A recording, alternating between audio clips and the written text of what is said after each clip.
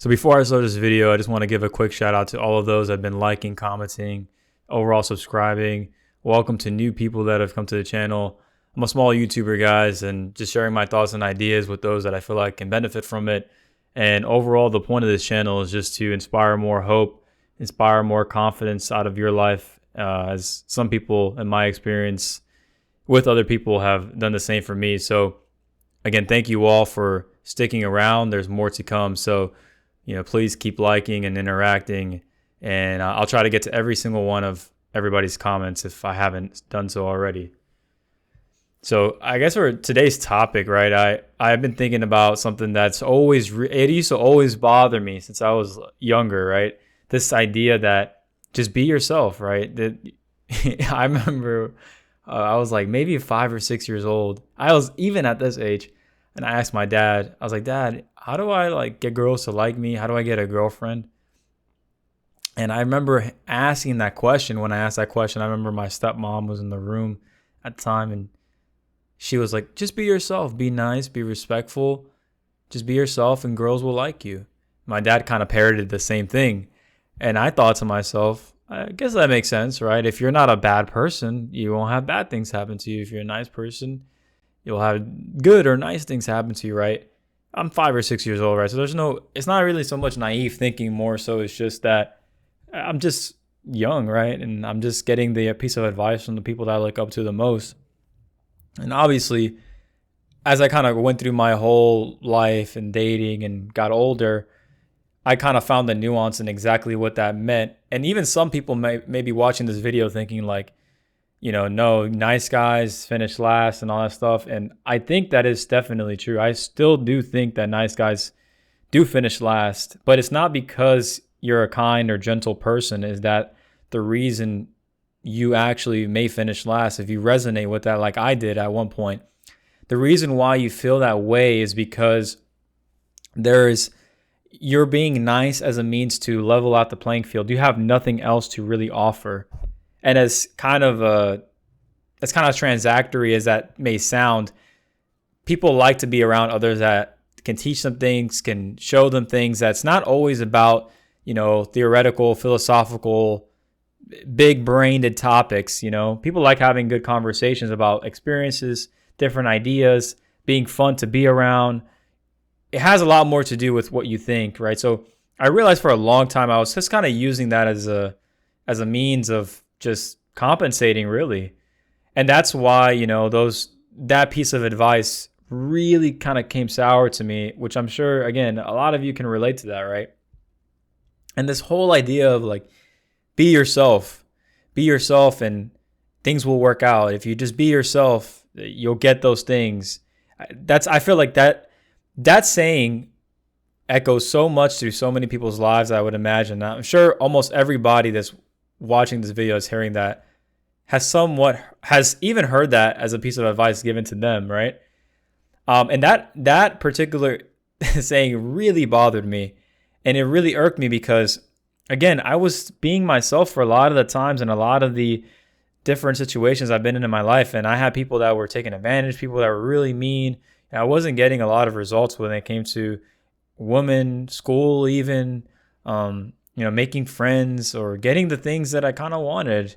And it really frustrated me. And I became more bitter in a sense because naturally, you start to reject the things that because you don't understand the nuance of those things, right? So I got more into red pill content. I started understanding about the nonchalant bad boy archetype stuff. I'll just say that because I want to summarize. I don't want to get too deep into that topic, but essentially that became the framework of my thinking, right? Especially when it came to dating, that you had to be this guy that, I don't know, was just unavailable and, just busy, and made it seem like that you weren't able to be reached. And, there's small nuggets of truth in that. I don't want you guys to think that I'm saying, oh yeah, just blue pill it out, or just, yeah, if you just take exactly who you are right now, anybody, you can do anything. And there's rainbows coming out of my breath as I'm saying that, right? No. What I'm saying is be able to discern exactly what that means. So I think at this age, I've pretty much figured out what exactly be yourself is, right? be yourself is more internal than it is external, right? If you're having problems with people finding, interest or, or having problems with being able to connect with you internally, that means that at some point externally, and when I say externally, I'm not talking about looks, right? Well, it can be, and this is a nuanced thing that I'm talking about. It can be. It always depends. It's never like this is the answer. This is the one thing, right? A lot of the times I talk about the channel, it's always going to depend. So it can be looks, right? And by looks, I mean like, dude, if you're not well dressed, if you're not taking care of yourself, right? That's a priority. People generally don't like that. If you're somebody that finds it really difficult to maintain social interactions that seem practical and plausible, and people are generally receptive to hear you talk, and people naturally go up to you to keep continuing conversations or wanting to continue to talk to you, then that being yourself in that way, right, is giving you the answers that you actually need, right? It's giving you that feedback that you need, that you're going out to the world, you're being yourself, and you're seeing that, man, I'm not getting the things that I want, or this output or outcome that I was expecting is not happening the way that I had imagined it to. In reality, you think that that's actually your biggest detriment, and it's actually your biggest blessing, because there's nobody else. It's incredibly rare for you to find a group of people or anybody that's really going to sit you down and be like, hey, bro, the reason why, I'm going to be honest, it's kind of like realizing you've been going up talking to people all day and your breath's been stinking the whole time. You're like, damn, man, if only somebody could just tell me that my breath was stinking, I could have avoided that whole thing. But going forward now, you realize because your breath is stinking, you're going to retroactively fix that. And it's not so much that people didn't like you because of who you were or how you were putting yourself out to be, but more so that you had some kind of detriment or something that was happening that wasn't enabling that. Right. And my biggest thing was like, for a long time, was taking things personally, right? Being sarcastic with people at inappropriate moments, always not reading the room or the audience, always trying to be funny, always trying to make something comical out of more serious situations, and not having the social awareness at times to, maybe control what I say or what I said, or, and then at times, even the opposite, being more honest, being more upfront, having more courage to say things in certain situations, regardless of whether people were going to like what I had to say or not. And I gained that confidence because, obviously, outside of just having more experience, I put myself in more and more uncomfortable situations. And I could sit here and tell you, right, what that exactly looks like and what you should do in regards to that. And that guy was shooting me, man. I had to shoot him back. I know you guys saw that. But just putting myself out there in more uncomfortable situations. And for you guys that may be watching this, that's going to be hard to discern. I don't know, what exact situation you could be in, right? Eli, right? Like he talks a lot about retard maxing and being a retard and how that's good and beneficial for you. I agree. That's a lot of us are retards deep down, right? Like we're all retarded. That's like the beauty of human beings and society, honestly, is that we're all retarded and we all come together to share retarded ideas. And sometimes the retarded ideas that work stick around. The ones that don't, they don't. But it takes things clashing together in order to form something that's malleable and usable over time, right? So don't try to be this like perfect self-improvement kind of guy. That's not gonna give you the tangible results that you want. It's not gonna you're not mashing anything together. You're just taking negative experience and trying to band-aid something around it. I want you to take negative experience and like a negative experience and a epiphany of another experience and put those things together. That's true growth. That's truly when you start to be like, damn, I can be myself and it's actually okay, right? But if generally people are like, dude, giving you negative reactions to things, look, I'm going to say this because not everybody's going to like you, right? That's if everybody likes you, if you're a well-liked person, I'm not going to say that's terrible, but I'm going to say that you probably aren't being your authentic self. That's just my opinion, right? I think some of you can agree. Like that person that's like doing everything, generally people pleasers, whatnot. They're generally, sucking up or not really being their authentic self. So just keep that in mind. But at the same time, man, it's not natural for you not to have like a non-functioning social group, right? Or not having people that you can interact with, or not being able to create that, right? Like if you move to a new town or a new city and you're like, damn, I need some new friends. I need some people to hang out with because I don't got people to hang out with. I would highly recommend for you, and I mentioned this in another video, to gain that skill, because it is super important for you to know how to navigate a new area, find people that are like-minded, or even if they're not like-minded, but how to adapt and fit in and get along with those people if that's your only choice, because it's super important to have a sense of community around something. It keeps your mind from going into dark corners, from going into dark places and just being a sad guy. I know a lot of you guys, or not a lot of you guys, but some folks in the comments that I've seen are generally not hopeful people. I'm not trying to sit here and, set any arrows straight or tell you exactly what to do in your life, because at the end of the day, it's all a choice. And the ones that will stick around will listen to the message, and the ones that won't, they won't. Not everybody's going to make it, I guess, I'm not going to coddle that and be like, no, guys, everybody can do it. Even if, hey, you want to listen to the video, listen to the video. You don't want to listen to the video, don't listen to the video, or don't listen to the message. It's all a choice at the end of the day, right? But the choice is yours, right? Again, if to the main topic of this video, like I said, it is a testament to be yourself. You have to, because I don't mind being myself now. Like, if I'm messaging a new girl and for whatever reason, she's like, I don't know, this is a common thing that I found myself doing when I was younger too. But like taking genuinely all day or all like hours upon hours to reply or whatever, nobody is that busy, right? Like that's just not existent with reality. And at the same time, you have to understand that just because this person is like a romantic interest and they may be you may be their romantic interest at the same time, doesn't mean that, you have to have their time and vice versa.